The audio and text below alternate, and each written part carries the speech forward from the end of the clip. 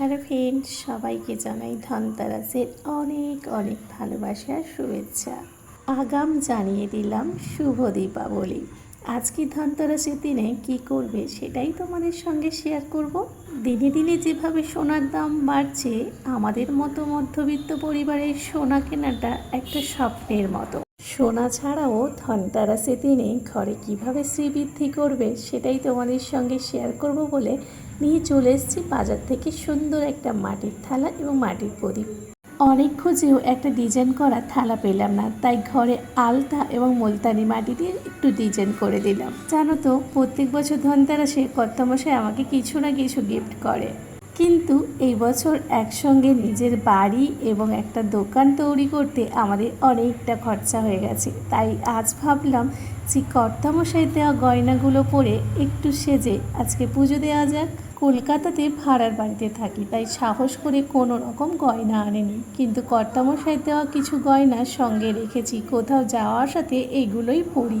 যখন আমাদের বিয়ে ঠিক হয়েছিল তখন অনেক কষ্ট করে ভালোবেসে কর্তামশাই এই সোনার শাঁকা পলা, কানের দুল, হাতের নোয়া এবং মঙ্গলসূত্র সমস্ত কিছু গড়িয়ে দিয়েছিল, যাতে আমাকে অন্যের কারো গয়নার উপরে নির্ভর করতে না হয়। আমার বাবা তো আমাকে সামর্থ্য মতো সাজিয়ে দিয়েছিল, কিন্তু আমার কর্তামশাইও আমাকে তার সামর্থ্য মতো সাজিয়ে নিয়ে এসেছিল। 2014 সালে যখন আমাদের বিয়ে ঠিক হয়, তখন আমরা দুজন বিয়ের আগে দেখা করেছিলাম, আর এই সোনার শাঁকা পলাটা নিয়েছিলাম তখন মাত্র 30,000 টাকা ভরি ছিল। তখন সোনার শাঁকা পলাটা নিয়েছিল 85,000 টাকা, আর এখন এই সোনা পলাটা মিনিমাম 1.5 লাখ টাকার উপরে দাম আছে। তাহলে ভাবো তো, সাধারণ পরিবারের মানুষ কি করে এখন সোনা কিনবে। বিয়ের আগেই কর্তামশাই বলেছিল মেয়েদের কী কী জিনিস লাগে আমি তো জানি না, বলো তোমার কি লাগবে, তোমার যা যা লাগবে সমস্ত কিছুই আমি কিনে দেবো। তখনই আবদার করে বলেছিলাম আমার সোনার শাঁকা পলা লাগবে, কানের দুল লাগবে, গলায় মঙ্গলসূত্র লাগবে, হাতে নোয়া লাগবে। একবারের জন্য আমাকে জিজ্ঞেস করেনি এগুলো তো তোমার বাবা মাও তোমাকে দেবে, তাহলে তুমি ডবল কেন কিনছো। যেই বলেছি সঙ্গে সঙ্গে আমাকে এতগুলো গয়না নিজের টাকা দিয়ে গড়িয়ে দিয়েছিল।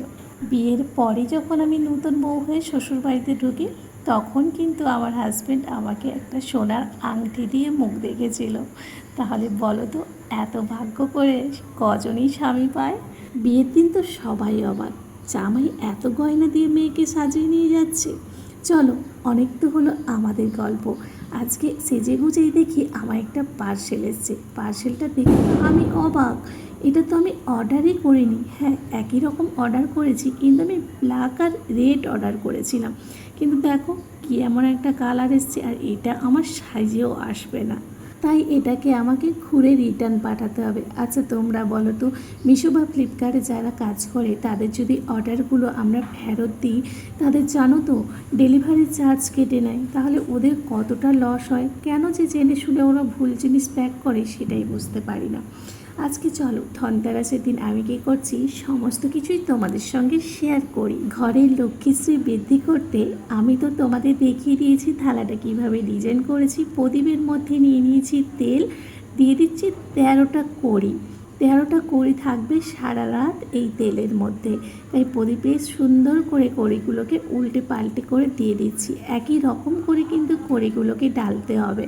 এই প্রদীপটা কিন্তু সারা রাত ধরে জ্বলবে। তারপরে দিয়ে দিলাম এলাচ আর হচ্ছে 4টা লবঙ্গ এবং কর্পূর।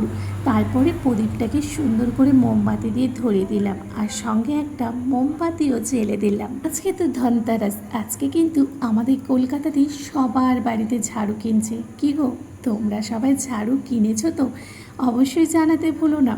তারপরে প্রদীপটা নিয়ে আমি মা লক্ষ্মীর আসনে সুন্দর করে মা লক্ষ্মীকে পুজো করে নিচ্ছি। তোমরা তো সবাই জানো আমি খুব ব্যস্ত মানুষ, আমাকে এক্ষুনি ছেলেকে ঘুম থেকে তুলে ওকে টিউশনে দিয়ে আমাকে আবার দোকানে যেতে হবে।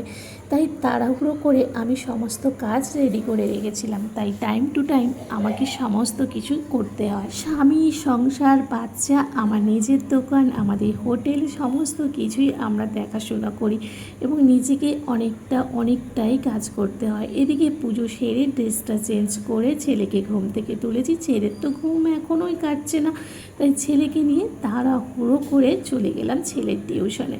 ছেলেকে টিউশনে দিয়েই সোজা দোকানে এসে দেখি দোকানে আমার একটা পার্সেল হাজির। আচ্ছা, দেখে কি চিনতে পেরেছো? এই ফটোটা তোমাদের একবার দিয়েছিলাম। এটা আমার ছোটো এসেছিলো বলে আমি রিটার্ন দিয়েছি। ভাবতেই পারিনি এটা হচ্ছে ধনতেরাসের দিন পৌঁছাবে। নিয়ম আছে ধনতেরাসের দিন ঠাকুরের জন্য কিছু না কিছু কিনতে হয়, তাই ঠাকুরের জন্য এরকম একটা সুন্দর জিনিস আজকেই চলে আসবে আমি তো ভাবতেই পারিনি। আমি তো ভীষণ খুশি। প্রথমে ভেবেছিলাম এটা পেতলের। কর্তামশাইকে দেখালাম, কর্তামশাই বলছে দেখ পেতলের জিনিস কি এত কম টাকায় তুমি পেয়ে যাবে, কিন্তু কালারটা পুরো পেতলের মতো। আর দেখো প্রদীপগুলো কী সুন্দর, ভেতরে একটা কত বড় একটা হল প্রদীপ দেওয়া আছে। এটা তেল দিয়েও তুমি জ্বালতে পারো বা মোমবাতি দিতেও পারো। এইসব দেখতে দেখতে হঠাৎ এসে হাজির একজন 60খানা রুটি নেবে। 60খানা রুটির পরে বলে না আমার 70 পিসি রুটি চাই। তাই তাড়াহুড়ো করে আমিও লেগে পড়লাম তার রুটি বানানোর জন্য। যে ভাইটা রুটি বানাতো সে কয়েকদিনের জন্য ছুটি নিয়ে গ্রামের বাড়ি গেছে। আজকে কর্তামশাই রুটি বেলছে আর আমি রুটি সেঁকছি। এদিকে কিছু রুটি বানিয়ে আমাকে আবার ছুটতে হবে ছেলেকে টিউশনে আনতে। তারপরে দেখো না সমস্ত কাজ করে আমরা যখন রাত 1টার সময় বাড়ি আসি তখনও আমার প্রদীপটা সুন্দর জ্বলছিল, কিন্তু প্রদীপে তেল ছিল না বলে আমি তেল ভর্তি করে দিলাম। সবাই ভালো থেকো, সুস্থ